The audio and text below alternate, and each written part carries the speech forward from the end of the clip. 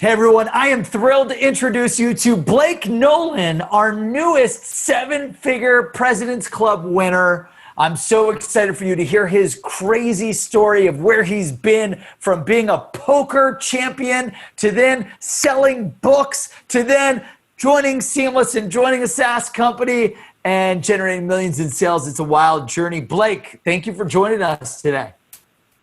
Brandon, awesome to be here, man.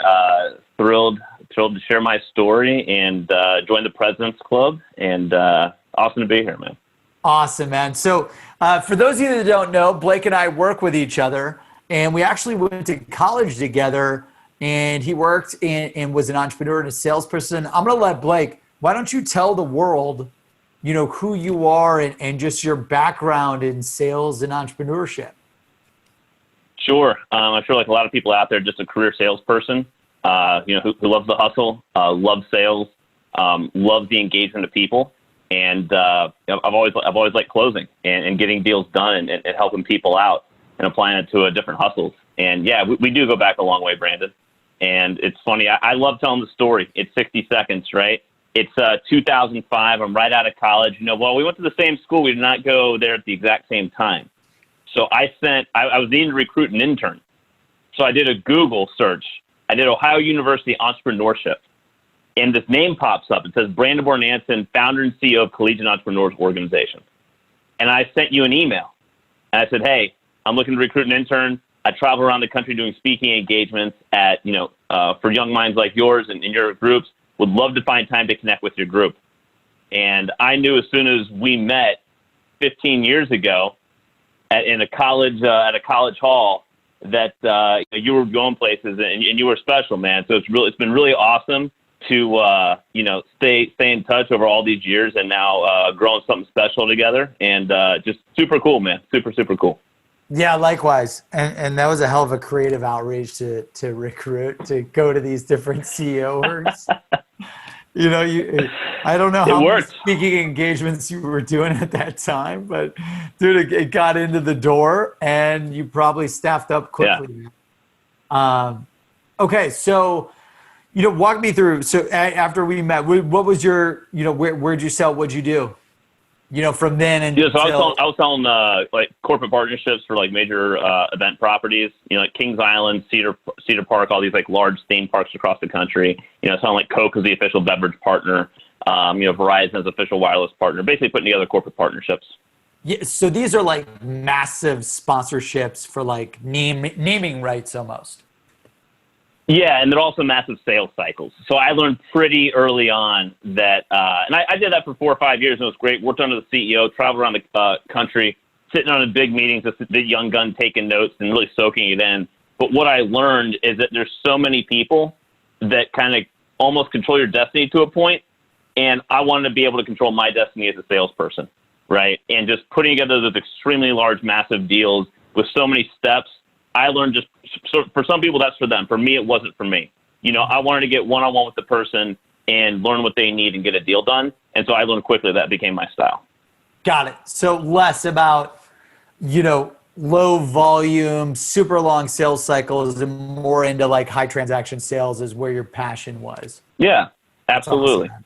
And then, okay, so then what happened, after that?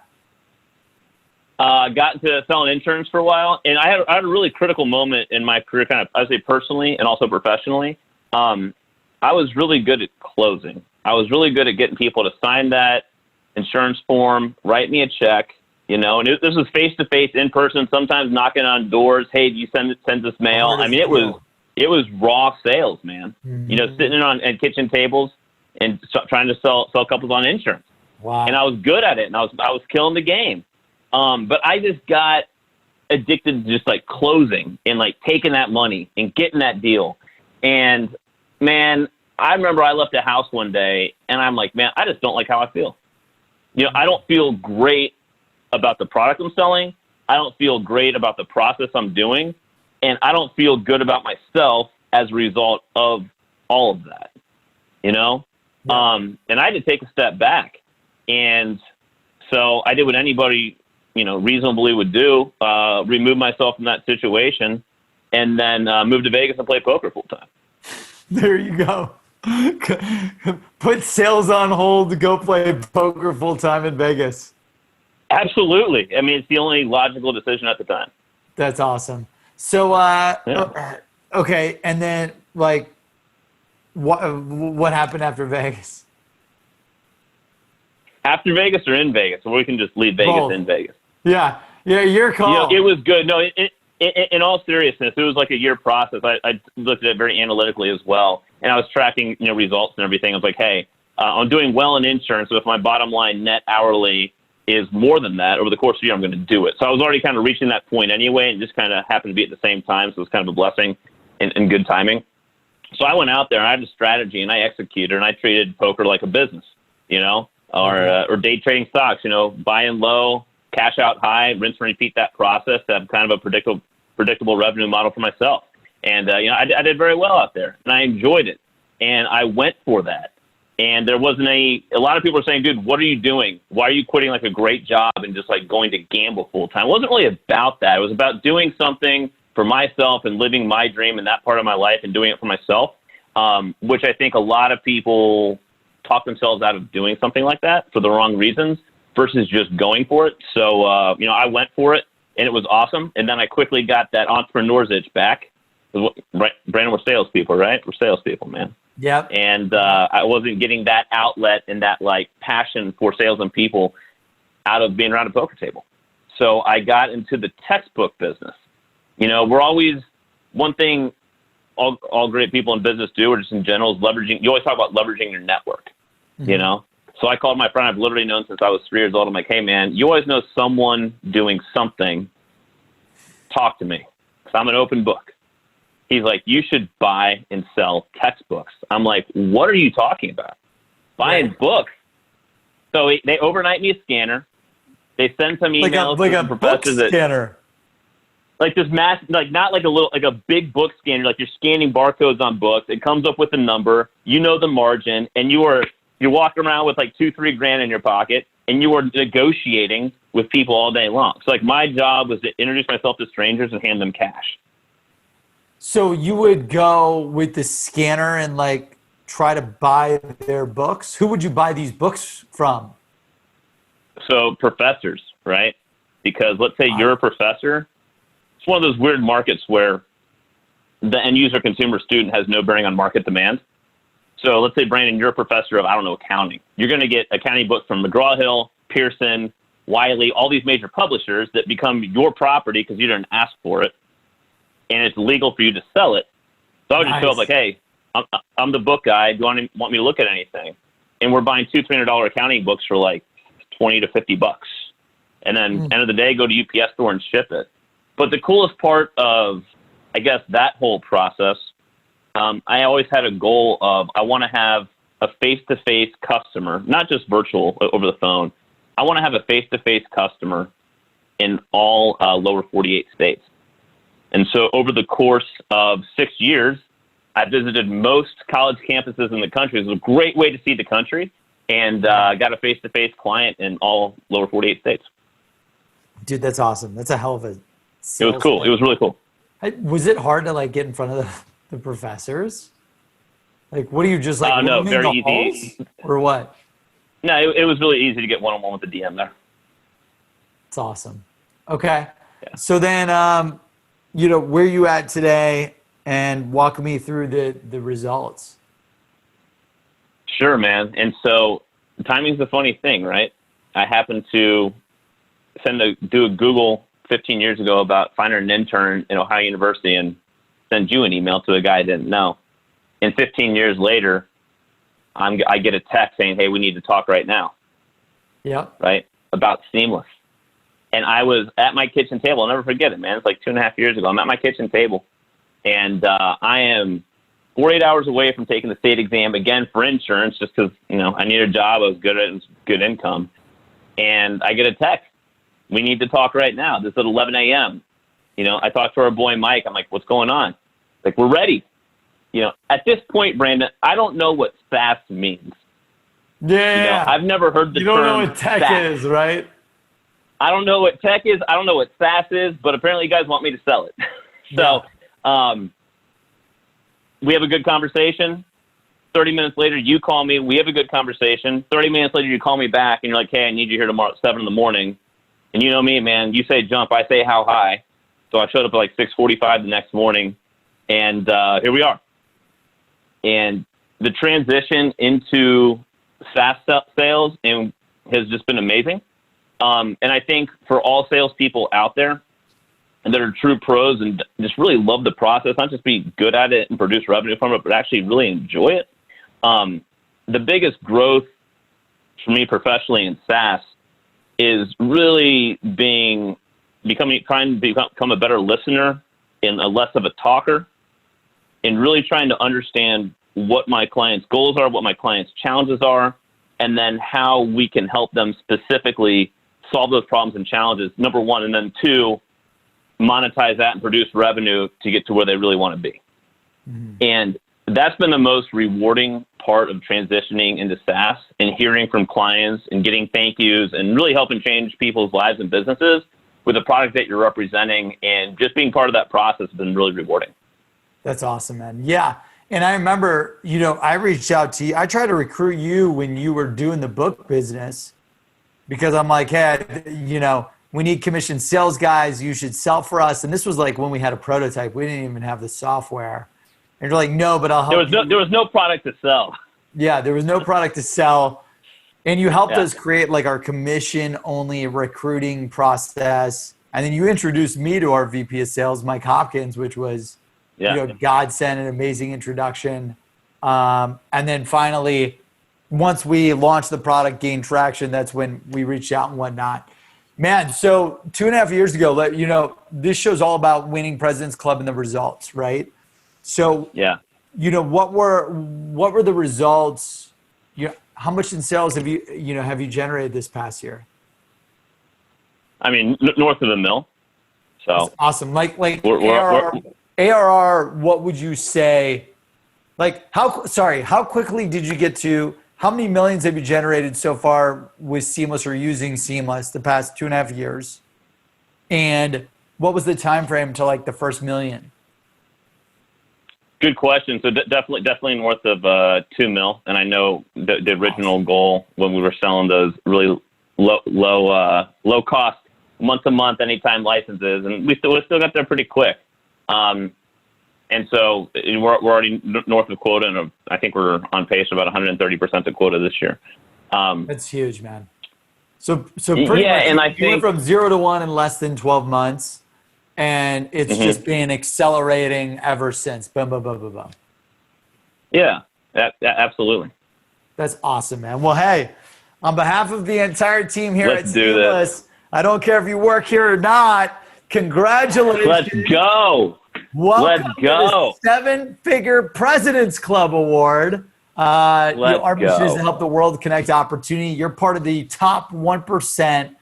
We've got 100,000 users. Less than 1,000 people have won the 7-Figure President's Club Award. Blake, huge congratulations on winning this award. You earned it. You deserve it. Thanks, man. Where are you going to hang this thing? First question. Like see this fake virtual office behind me? Yes. So I'm going to get, I think, a member of the Seamless dev team to just Photoshop that bad boy, like just right there on the glass.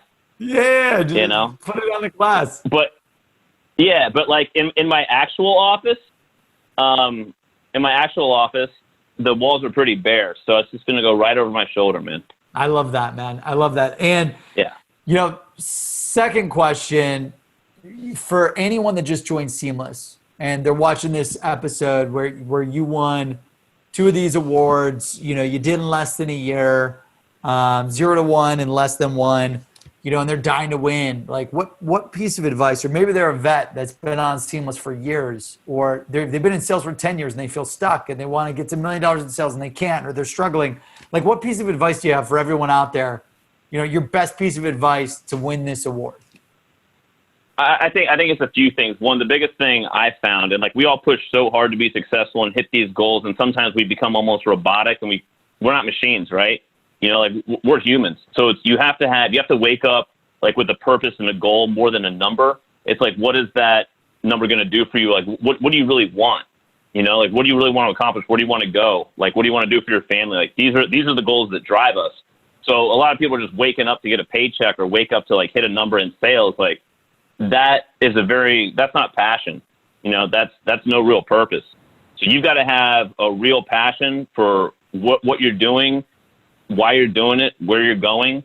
And man, in the beginning, you know how it was earlier with Seamless. Like I felt a lot of pressure just to put up these numbers, and I was just going way too hard, and I was getting burnt out. And I had to step back and like recalibrate the engine and take care of myself and start really thinking about what I was passionate about, what my real goals were. And when I took away and came back fresh, it's been game over, right? So I think it's about really digging into finding your passion and goals and why you're waking up every day, and also making time to take care of yourself, because you're going to get so much more out of the time that you are working, which is critically important, versus just going so hard, and not taking that time for yourself and thinking about what's really important. So I think that's number one. Yeah, that's awesome, man. Well, hey, great piece of advice. Blake, last question, when are we going to see you in the 8-figure club? I mean, next year, obviously. Next year, obviously. Great answer. Yeah. Congratulations, my friend. Welcome to President's Club. We're going to get this thing printed, shipped out to you. We'll get you invited to the exclusive mastermind, and welcome to the President's Club.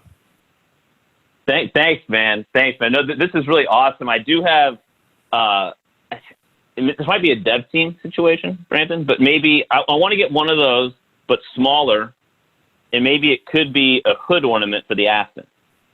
I love it. Love it. Show the award, anyone tuning in the award, the new car you bought for oh, come on, man. You put for winning the club. All right. So Blake just got his dream car, Aston Martin. What is it? Thanks to Seamless. Is that a V10 or what is that, Blake? V10, that's cute. V10s are cute. It's a V12. V12, new Aston Martin. Congratulations. Oh, yeah. And how has your life changed, Blake, financially? How has your life changed personally and professionally with the success that you've generated with Seamless? First of all, it's what I was talking about in the beginning, man. Like, I just feel great about what I'm doing and how I'm helping people. And that just makes me feel a lot better about myself versus just, hey, closing deals to get money. There's not a lot of purpose or salvation in that. That's number one. And that's just translated to financially. So here's another kind of, I know you're asking for like a piece of sales advice or something. Look, we're all in sales. Numbers are absolutely critical, and it's all about numbers in sales, right? I think sometimes we can just get so caught up in that we get away from numbers are the result. Numbers are what happens based on everything else. So I stopped focusing so much on numbers, which I was hitting anyway. And how am I going to increase those numbers? I had to really focus on all the pieces that were going in to get there. Process, pitch, follow-up, scripts, role-playing calls, always sharpening the sword, reading more sales books, fighting through objections. Just because we've been doing something a while, or we're naturally good at something, you have to like Michael Jordan was the first one in the gym and the last one out of the gym, right? Like you're always the first one in the office and the last one in the office, even though you're one of the best salespeople in the freaking world. And that's what it takes. So I just focused on my process and sharpening my sword every bit of the way, and stopped worrying about numbers and putting so much pressure on myself to hit those numbers. And once I focus on all those steps of the process, my numbers have been the best they've ever been. And so that'd be the number one piece of advice. Focus on everything you need to do to get the numbers, and the numbers will go up. Yeah, I love that. And the more that you're all in on maximizing the success of the customer, the numbers follow. All in, man. It's all about the customer. That's awesome, man. Well, Blake, hey, huge congratulations. Welcome to the 7-Figure Presidents Club. Can't wait to get you your award. Can't wait to work with you to get you the 8-Figure Club next. That's the new pinnacle target. And let's make it happen, man. Cheers to your biggest and next best year yet. And where can people connect with you, follow you for more? Yeah, just hit me up on LinkedIn. The only guy named Blake who works at Seamless. So pretty easy to find. Awesome, guys. Thanks so much. Congrats, Blake. And, thanks, Brandon. We'll talk soon. All right, cheers. Bye.